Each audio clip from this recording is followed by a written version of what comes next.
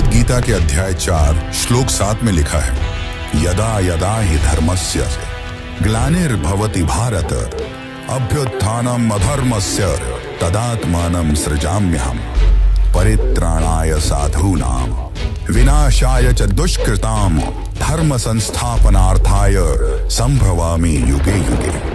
मैं प्रकट होता हूँ, मैं आता हूँ। जब जब धर्म की हानि होती है तब तब मैं आता हूँ। जब जब अधर्म बढ़ता है तब तब मैं आता हूँ। सज्जन लोगों की रक्षा के लिए मैं आता हूँ, दुष्टों का विनाश करने के लिए मैं आता हूँ, धर्म की स्थापना के लिए मैं आता हूँ और युग युग में जन्म लेता हूँ। ये बातें श्री कृष्ण ने कही हैं, जो स्वयं भगवान विष्णु के एक अवतार थे। पर यह विष्णु का पहला अवतार नहीं है। जब जब अधर्म धर्म पर हावी हुआ है तब तब विष्णु ने अवतार लिया है और आज तक विष्णु ने कुल 9 अवतार लिए और उनका 10वां अवतार कलयुग के अंत में होगा। पर क्या आपने कभी सोचा है कि ये अवतार कौन कौन से हैं और क्यों भगवान विष्णु को यह अवतार लेना पड़ा? जैसे कि आपको पता ही होगा, ब्रह्मा जी ने इस अनंत काल चक्र को 4 भागों में बांट रखा है, जो है सत्ययुग, त्रेता युग, द्वापर युग और कलयुग। और हर युग में विष्णु जी ने अवतार लिए हैं।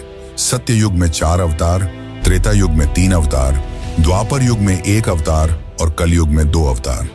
इन 4 युगों में सत्य युग को सबसे पवित्र और सबसे शांत युग माना गया है, जहां सब लोग मिलजुल कर रहते थे। छल कपट, अधर्म, अन्याय जैसे लोग नहीं थे। पर फिर क्यों भगवान विष्णु को सत्य युग में 4 अवतार लेने पड़े? आखिर इसके पीछे क्या रहस्य है? और त्रेता युग के उस राम की कहानी तो आप सभी ने सुनी होगी, जो त्रेता युग में विष्णु के आखिरी अवतार थे। पर क्या आपने त्रेता युग में जन्मे विष्णु के पहले अवतार के बारे में सुना है, जिन्होंने अपने पिता की आज्ञा पर अपनी माता का सर धड़ से अलग कर दिया? आखिर ऐसी क्या मजबूरी रही होगी? और सबसे बड़ा रहस्य है विष्णु के 10वें अवतार का, जो कलयुग के अंत में प्रकट होंगे और धर्म की रक्षा के लिए आखिरी युद्ध लड़ेंगे। पर यह युद्ध साधारण नहीं होगा, यह मानव इतिहास की सबसे बड़ी युद्ध होगी और वह असुर कलिराज इतना शक्तिशाली होगा कि विष्णु के लिए उसे अकेले हराना असंभव होगा। तब 7 चिरंजीवियों के साथ गणेश जी भी एक भयानक अवतार लेंगे और उसके बाद जो होगा वह सुनकर तो आप भी चौंक जाएंगे। यह कहानी केवल विष्णु के 10 अवतार की नहीं, बल्कि सृष्टि के संतुलन की है।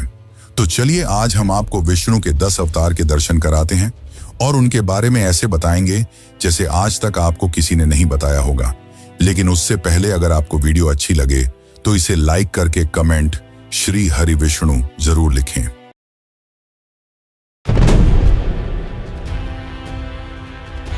बहुत समय पहले हैग्रीव नामक एक दैत्य ने चारों वेद छीनकर समुद्र की गहराइयों में छिपा दिया। वेदों के बिना संसार अंधकारमय होने लगा और उसी समय महाप्रलय का समय भी निकट आ गया। पूरी पृथ्वी जल में डूबने वाली थी। ऐसे संकट की घड़ी में भगवान ने सृष्टि को सुरक्षित रखने और ज्ञान की रक्षा के लिए मत्स्य रूप धारण किया। इसी बीच सत्य युग के एक धर्मनिष्ठ महर्षि वैवस्वत मनु नदी के तट पर स्नान करने पहुंचे। तभी उनके करों में एक नन्ही सी मछली आ गिरी। मछली बोली, हे महात्मा, कृपा कर मेरी रक्षा कीजिए, बड़ी मछलियां मुझे खाएंगी। मनु को उस पर दया आई और उन्होंने उसे अपने कमंडलू में रख लिया। लेकिन यह तो बस शुरुआत थी। धीरे धीरे वह मछली बढ़ती गई, कमंडलू से तालाब तक, तालाब से झील तक और झील से नदी तक। हर बार उसका आकार इतना विशाल होता गया कि मनु चकित रह गए। अंततः जब उन्होंने उसे समुद्र में छोड़ा तब वह एक विराट रूप में प्रकट हुई। मनु ने हाथ जोड़कर कहा, आप कोई साधारण जीव नहीं हैं, कृपा कर बताइए आप कौन हैं? तभी भगवान विष्णु मत्स्य रूप में प्रकट होकर बोले, हे मनु, शीघ्र ही महाप्रलय आने वाला है। पूरा संसार जल में डूब जाएगा, लेकिन तुम्हें और जीवों की संतति को बचाकर नई सृष्टि की नींव डालनी होगी। जब प्रलय आए तब तुम अपनी पत्नी, 7 महान अर्षियों, औषधियों और सभी जीव जंतुओं के बीजों को एक नाव में लेकर बैठ जाना। मैं मत्स्य रूप में उस नाव को सुरक्षित स्थान तक ले जाऊंगा। वहीं से जीवन का पुनः आरंभ होगा। मनु ने भगवान की आज्ञा का पालन किया। जब प्रलय का समय आया तो मनु अपनी नाव में बैठकर उस भयंकर समुद्र में डगमगाने लगे। तभी भगवान विष्णु मत्स्य अवतार में प्रकट हुए और उन्होंने नाव को खींचते हुए उसे सुरक्षित स्थान यानी कि हिमालय के शिखरों तक पहुंचा दिया। प्रलय के उस अंधकार में भगवान ने मनु को धर्म, सृष्टि और ब्रह्मांड के रहस्यों का उपदेश भी दिया। तत्पश्चात उन्होंने हैग्रीव दैत्य का वध कर चारों वेदों को पुनः देवताओं को लौटा दिया। इस प्रकार ज्ञान की ज्योति फिर से प्रकट हुई और जीवन का बीज बचा रहा।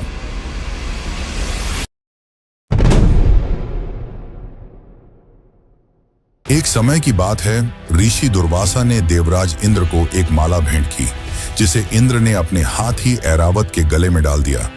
हाथी ने उस माला को पैरों तले रौंद दिया।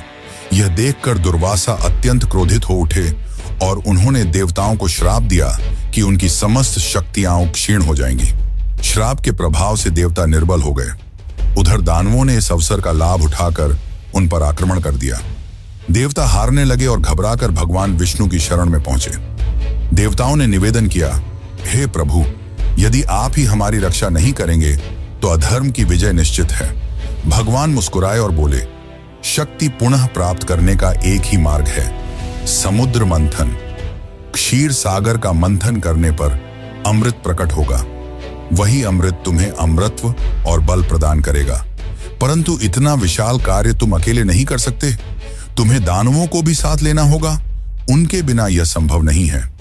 इंद्र दानवराज बाली के पास गए और यह प्रस्ताव रखा, आओ हम मिलकर समुद्र का मंथन करें। जो भी रत्न और अमृत निकलेगा उसका समान बंटवारा होगा। बाली पहले तो संदेह में था, लेकिन जब उसे पता चला कि यह स्वयं नारायण का आदेश है तो उसने प्रस्ताव स्वीकार कर लिया। मंदार पर्वत को मथनी बनाया गया और नागराज वासुकी को रस्सी। देव और दानव दोनों ही पक्ष रस्सी के दोनों ओर खड़े होकर समुद्र को मथने लगे। लेकिन समस्या यह हुई कि विशाल मंदार पर्वत बार बार डूबने लगा। तब भगवान ने स्वयं कूर्म अवतार यानी कि कछुए का रूप धारण किया। वे क्षीर सागर की गहराइयों में जाकर अपनी विशाल पीठ पर पूरे पर्वत को थामे रहे। इस प्रकार मंथन सुचारू रूप से चलने लगा।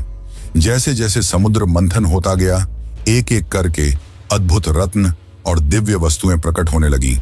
कामधेनु, ऐरावत हाथी, उच्चैश्रवा अश्व, कौस्तुभ मणि, लक्ष्मी जी और अनेक अमूल्य धरोहरें। लेकिन मंथन के बीच से एक भयंकर विष भी निकला, जिसे देखकर सभी घबरा गए। तब भगवान शिव ने करुणा करके उस विष को अपने कंठ में धारण कर लिया और नीलकंठ कहलाए। अंततः समुद्र मंथन से धन्वंतरी प्रकट हुए। उनके हाथों में अमृत कलश था। दानव उसे छीनने दौड़े, पर भगवान विष्णु ने मोहिनी रूप धारण कर अमृत को देवताओं को वितरित कर दिया। इस प्रकार देवताओं ने पुनः अपनी शक्ति प्राप्त की और धर्म की रक्षा हुई।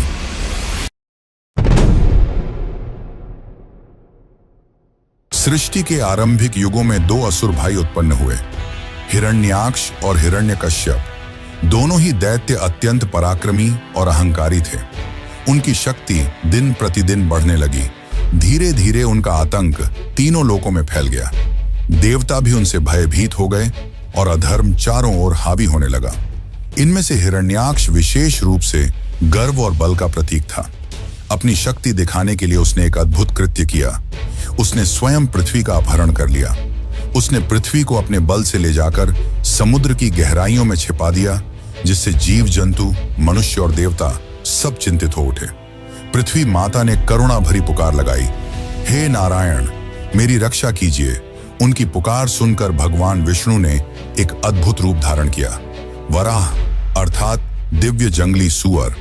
उनकी गर्जना से तीनों लोग गूंज उठे। वराह रूप धारण करके भगवान सागर की गहराइयों में उतरे। वहां हिरण्याक्ष खड़ा था, अपने अद्भुत बल पर घमंड करते हुए। उसने भगवान को देखा और हंसते हुए बोला, अरे ये तुच्छ जानवर मेरे सामने आया है, आज मैं इसे भी नष्ट कर दूंगा। फिर प्रारंभ हुआ एक भयंकर युद्ध। समुद्र की गहराइयों में दोनों का संघर्ष इतना भीषण था कि देवता ऊपर खड़े होकर भय और आश्चर्य से देख रहे थे। इस महासंग्राम में अंततः भगवान वराह ने अपने तीव्र दांतों से हिरण्याक्ष को उठा लिया और उसे चारों ओर घुमाकर परास्त कर दिया। फिर भगवान ने अपनी विशाल दांतों पर पृथ्वी माता को उठाया और उन्हें जल से बाहर लाकर ब्रह्मांड के संतुलन स्थान पर स्थापित कर दिया। लेकिन यह कथा यहीं समाप्त नहीं होती। हिरण्याक्ष का भाई हिरण्यकश्यप इस घटना से क्रोधित हो उठा। उसने निश्चय किया कि वह अपने भाई की मृत्यु का प्रतिशोध अवश्य लेगा। इसी प्रतिशोध की भावना ने आगे चलकर उसे ऐसा वरदान दिलवाया जिसने उसे लगभग अजेय बना दिया। और यही कहानी हमें ले जाती है अगले अद्भुत प्रसंग की ओर, नरसिंह अवतार की ओर।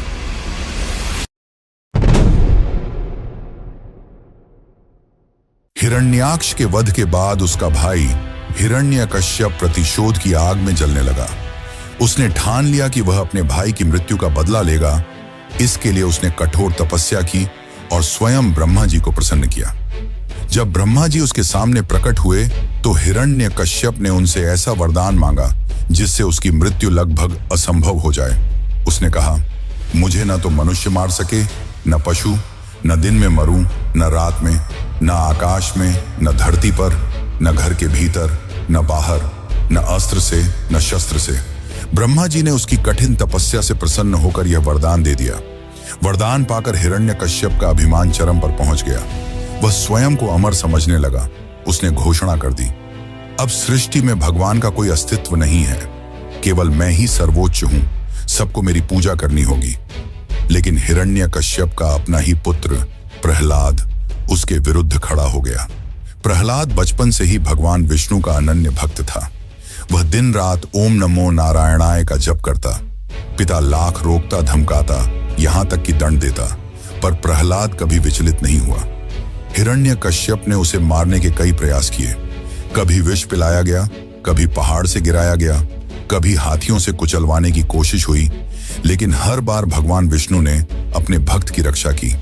यहां तक कि अपनी बहन होलिका की सहायता से उसे अग्नि में बैठाकर जलाने का प्रयास भी किया गया, पर हुआ उल्टा। होलिका जलकर भस्म हो गई और प्रहलाद सुरक्षित बाहर आ गया। अंततः हिरण्यकश्यप का क्रोध सीमा पार कर गया। उसने प्रहलाद को महल की चौखट पर बुलाकर पूछा, तेरा विष्णु कहाँ है? यदि वह सचमुच सर्वव्यापी है तो इस खंभे में भी होगा क्या? प्रहलाद ने शांत स्वर में कहा, हाँ पिताश्री, मेरे प्रभु हर जगह हैं। यह सुनकर हिरण्यकश्यप ने क्रोध में अपनी गदा से उस खंभे को तोड़ डाला। उसी क्षण वहां से एक अद्भुत भीषण स्वरूप प्रकट हुआ, नरसिंह। नरसिंह अवतार ने क्रोध में हिरण्यकश्यप का गला पकड़ उसे हवा में उठाकर पटक दिया। फिर घसीटते हुए महल की चौखट तक ले गए और उसे उठाकर अपनी जांघों पर लिटा दिया। नरसिंह अवतार ने हिरण्यकश्यप का चीरा फाड़ दिया और इस संसार को उसके भय से मुक्त किया। देवताओं ने आनंद मनाया। प्रहलाद ने अपने प्रभु के चरणों में प्रणाम किया और सृष्टि में फिर से धर्म का प्रकाश फैल गया।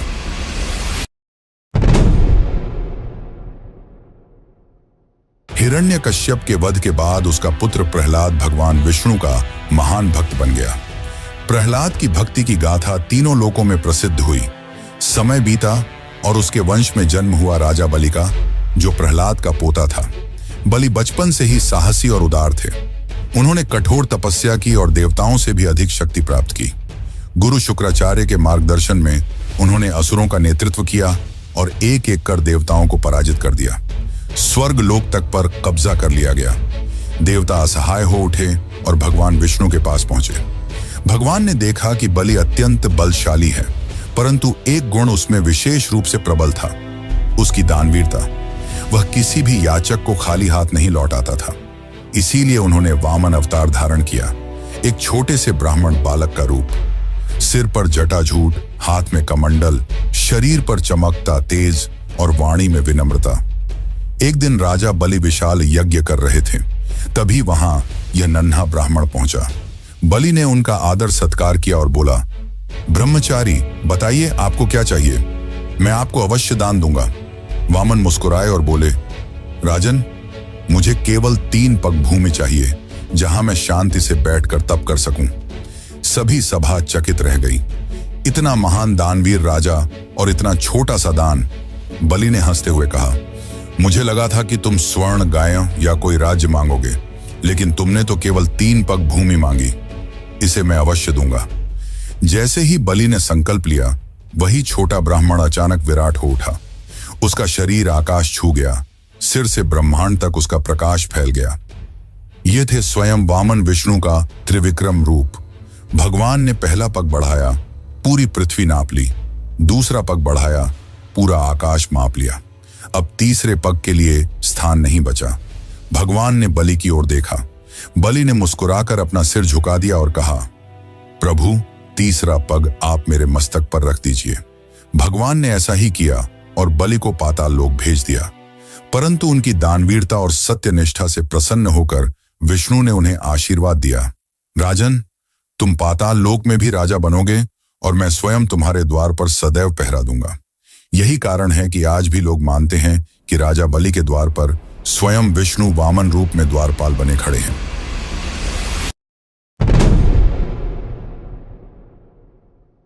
सत्य युग और त्रेता युग के संधिकाल में जब अधर्म बढ़ने लगा, तब भगवान विष्णु ने अपना छठा अवतार लिया, परशुराम।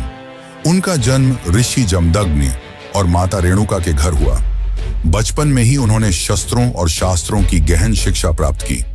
वे महादेव के अनन्य भक्त थे और भगवान शिव ने ही उन्हें एक दिव्य फरसा प्रदान किया। तभी से वे परशुधारी राम अर्थात परशुराम कहलाए। एक दिन ऋषि जमदग्नि ने अपने पुत्रों को आदेश दिया कि वे अपनी माता का वध करें। परशुराम के बड़े भाइयों ने इस आदेश का पालन करने से इनकार कर दिया। लेकिन जब परशुराम के सामने यह आज्ञा आई तो उन्होंने धर्म और पितृभक्ति को सर्वोपरि मानते हुए बिना विचलित हुए अपनी माता का सर काट दिया। जिसके पश्चात परशुराम ने रोते हुए अपने पिता से पूछा कि आखिर उन्होंने उससे ये पाप क्यों करवाया।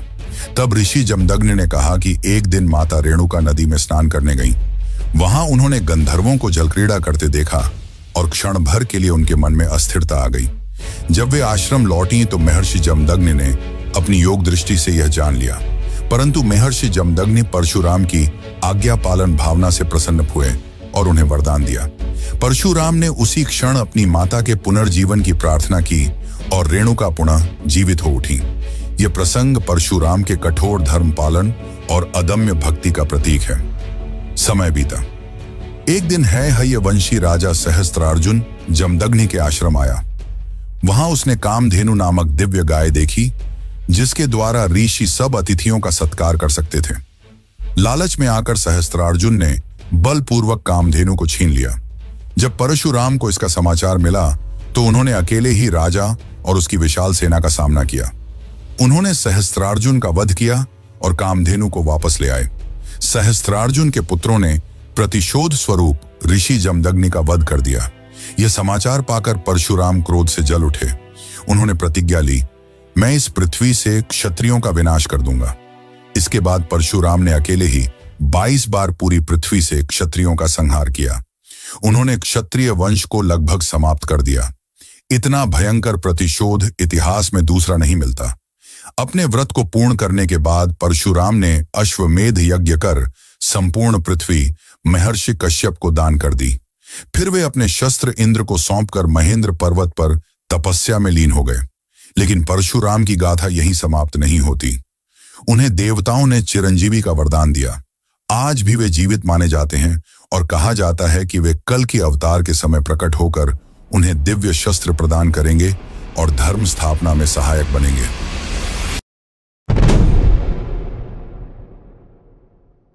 त्रेता युग में जब अधर्म और रावण जैसे दुष्टों का आतंक बढ़ने लगा, तब भगवान विष्णु ने अपना 7वां अवतार लिया, श्री राम। अयोध्या नगरी में सूर्य वंश के प्रतापी राजा दशरथ का राज्य था। वे धर्मनिष्ठ और प्रजावत्सल थे, लेकिन संतानहीन थे।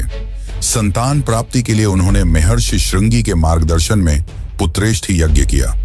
यज्ञ के फलस्वरूप रानी कौशल्या से श्री राम, रानी कैकेयी से भरत और रानी सुमित्रा से लक्ष्मण व शत्रुघ्न का जन्म हुआ। राम बचपन से ही तेजस्वी, शूरवीर और विनम्र थे। जब महर्षि विश्वामित्र यज्ञ में विघ्न डालने वाले राक्षसों से त्रस्त हुए तो वे राम और लक्ष्मण को अपने साथ ले गए। वहां राम ने ताड़का और सुबाहु जैसे राक्षसों का वध किया और विश्वामित्र का यज्ञ सफल हुआ। इसके बाद वे मिथिला पहुंचे, जहां राजा जनक ने अपनी पुत्री सीता का स्वयंवर रखा था। स्वयंवर की शर्त थी भगवान शिव के विशाल धनुष को उठाकर प्रत्यंचा चढ़ाना। अनेक राजाओं ने प्रयास किया पर कोई सफल ना हो सका। तब राम ने सहजता से धनुष उठाया और उसे तोड़ डाला। इसी के साथ सीता जी ने राम को पति रूप में स्वीकार किया। अयोध्या लौटने पर राम के राजतिलक की तैयारी होने लगी, लेकिन रानी कैकेयी अपनी दासी मंथरा के कहने पर राजा दशरथ को अपने 2 वरदान याद दिलाती है। राम को 14 वर्षों का वनवास और भरत को अयोध्या का राज सिंहासन। राजा दशरथ विवश होकर यह वचन निभाने को बाध्य हुए। राम ने बिना किसी विरोध के पिता की आज्ञा स्वीकार की और सीता तथा लक्ष्मण के साथ वन की ओर प्रस्थान किया। वनवास के दौरान अनेक घटनाएं हुई। शूर्पणखा का प्रसंग, खरदूषण का वध और अंततः राक्षसों के राजा रावण द्वारा सीता हरण। रावण ने सीता को लंका ले जाकर अशोक वाटिका में बंदी बना लिया। सीता की खोज में राम और लक्ष्मण की मुलाकात हनुमान, सुग्रीव और वानर सेना से हुई। हनुमान ने समुद्र लांघकर लंका में प्रवेश किया और सीता जी का पता लगाया। वहां उन्होंने रावण को चेतावनी भी दी और लंका दहन कर लौट आए। इसके बाद समुद्र पर सेतु का निर्माण हुआ और राम अपनी वानर सेना सहित लंका पहुंचे। वहां भीषण युद्ध हुआ। रावण के वीर पुत्र मेघनाद और भाई कुंभकर्ण का वध हुआ। अंततः स्वयं रावण का भी श्री राम ने वध किया और सीता जी को मुक्त कराया। विजय के बाद राम अयोध्या लौटे। पूरे नगर में दीप प्रज्वलित कर उनका स्वागत हुआ। उसी दिन से दीपावली का पर्व मनाया जाता है। अयोध्या में राम राज्य की स्थापना हुई, जहां धर्म, न्याय और समृद्धि का वास था। लेकिन कथा यहीं समाप्त नहीं होती। प्रजा की शंका और आलोचना के कारण राम ने सीता जी को वन भेज दिया। वहां वाल्मीकि आश्रम में लव और कुश का जन्म हुआ। अंत में जब सीता ने पुनः अग्नि परीक्षा देने से इनकार कर दिया तो वे धरती माता की गोद में समा गईं। राम ने अपना राजकाज अपने पुत्रों को सौंपकर सरयू नदी के तट पर जल में प्रवेश कर शरीर त्याग दिया और पुनः विष्णु स्वरूप में वापस लौट गए। राम अवतार केवल एक राजा की गाथा नहीं है, बल्कि यह आदर्श पुरुष, आदर्श पुत्र, आदर्श पति और आदर्श राजा की जीवंत प्रतिमा है। इसीलिए उन्हें मर्यादा पुरुषोत्तम कहा जाता है।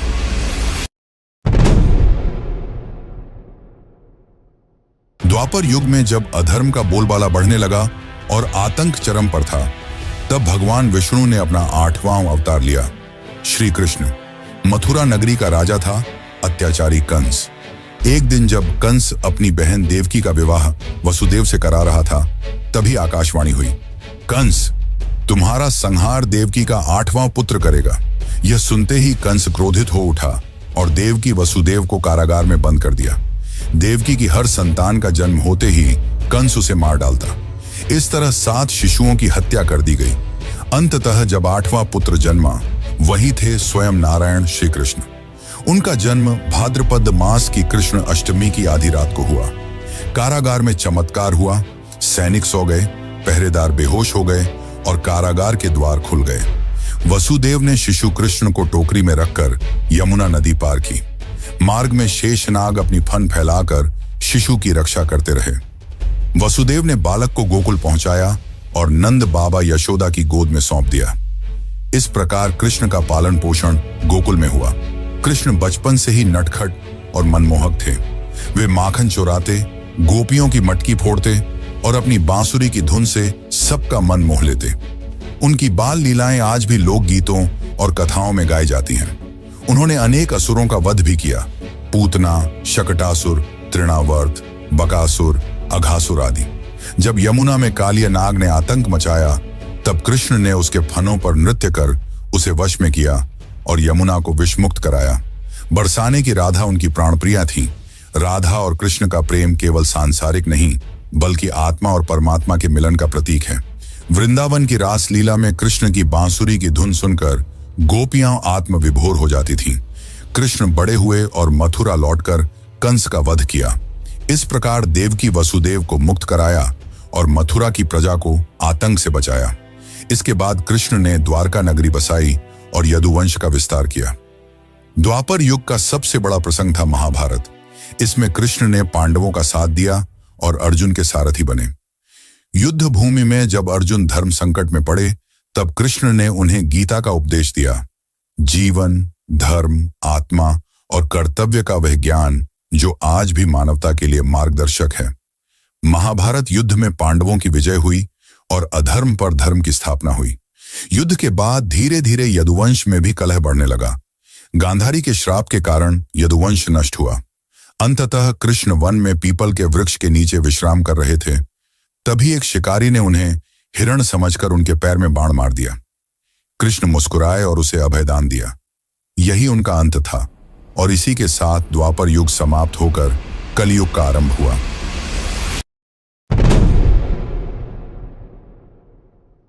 द्वापर युग के अंत और कलयुग की शुरुआत में जब पृथ्वी पर हिंसा, बलि प्रथा और अंधविश्वास बढ़ने लगे, तब भगवान विष्णु ने मानव रूप में अवतार लिया, जिसे हम गौतम बुद्ध के नाम से जानते हैं।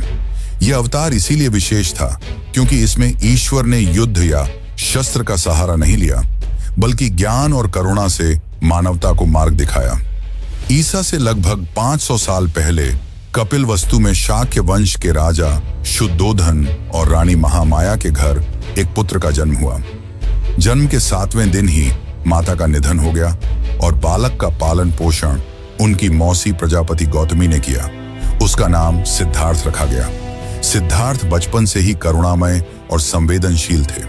राजमहल में उन्हें हर सुख सुविधा दी गई, लेकिन उनके हृदय में जीवन के गहरे रहस्यों को जानने की जिज्ञासा बनी रही।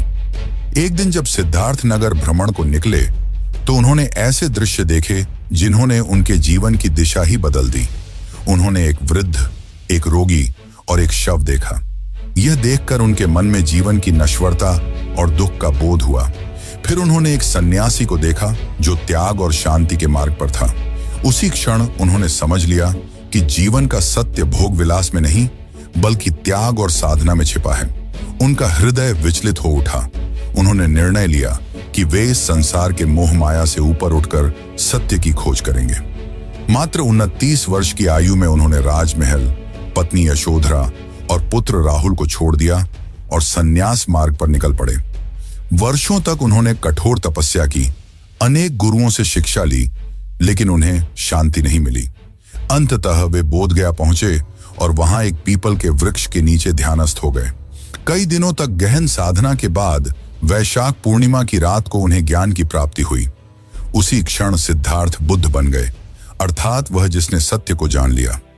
ज्ञान प्राप्त करने के बाद उन्होंने लोगों को मध्यम मार्ग अपनाने की शिक्षा दी, जिसमें न तो अत्यधिक भोग था और न कठोर तपस्या।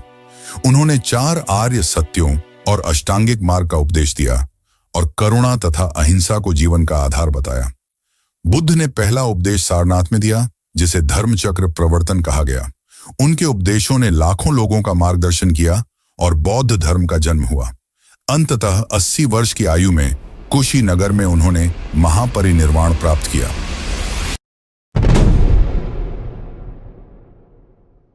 कलयुग की शुरुआत के साथ ही धर्म क्षीण होने लगा और अधर्म ने चारों ओर अपने पैर पसार दिए।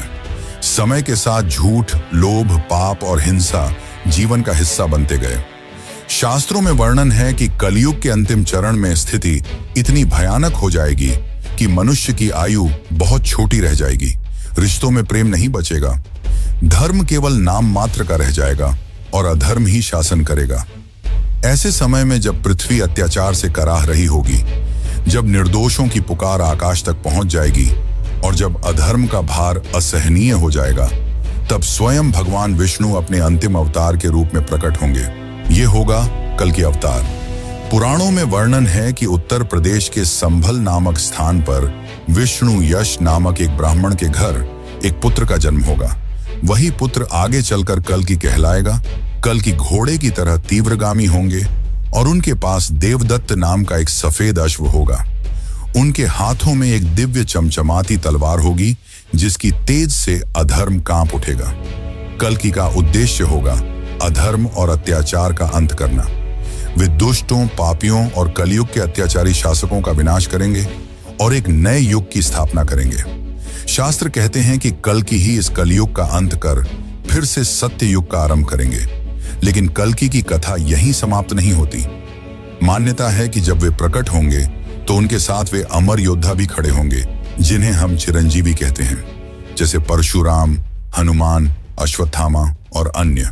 कहा जाता है कि परशुराम स्वयं कल्कि को शस्त्र प्रदान करेंगे और उन्हें धर्म युद्ध के लिए तैयार करेंगे। कल्कि अवतार आज भी रहस्य से घिरा हुआ है। कोई नहीं जानता कि उनका प्रकट होना कब और कैसे होगा, परंतु इतना निश्चित है कि जब अधर्म अपनी चरम सीमा पर पहुंच जाएगा, तब उनका आगमन अवश्य होगा। और शायद यहीं से शुरू होंगी एक और रहस्यमयी कहानी कलिराज की। शास्त्रों में संकेत है कि कलियुग के अंतिम चरण में कलिराज नाम का एक भयानक चरित्र उभरेगा, जो अधर्म का प्रतीक होगा और संसार को विनाश की ओर धकेलेगा। यही वह शक्ति होगी जिसका अंत करने के लिए कल की प्रकट होंगे। कलिराज कौन होगा, उसका साम्राज्य कैसा होगा और किस तरह उसका सामना कल किसे होगा, यह एक ऐसा रहस्य है जिसे आने वाला समय ही उजागर करेगा।